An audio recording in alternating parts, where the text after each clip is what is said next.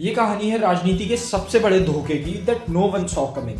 December 1989 election results are out. Rajiv Gandhi has lost the election. Congress has no clear majority, and suddenly entire nation is staring at a hung Lok Sabha, and the National Front decides to meet in Delhi to elect their new prime minister. In this room filled with most powerful men, only three that mattered: Tau Devilal, VP Singh, and Chandrasekhar. Now, out of these three, two were playing the game where only rule was don't let the other one win. You see, Chandrasekhar is confident, he is the senior most and he is the natural obvious choice. Everyone in the room believes that Devilal would back him up or at least make sure that VP Singh never reaches the chair, whom Chandrasekhar didn't like that much because VP Singh was originally from Congress and has recently joined the front. But in that room, nobody knew was a backroom deal that was made. And then comes the twist. Someone from the leadership stands up and says, मैं चाहता हूँ कि देवीलाल जी को प्रधानमंत्री बनाया जाए.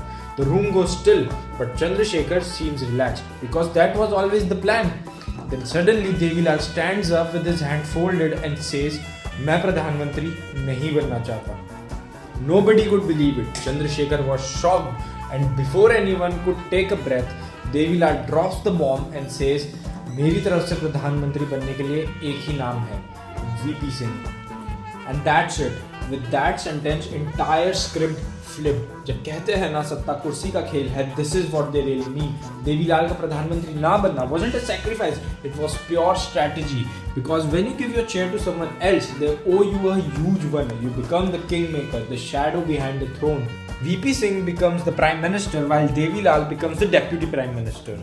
But within months, gratitude turned into tension, tension turned into war, and everything fell apart except one thing that remained intact.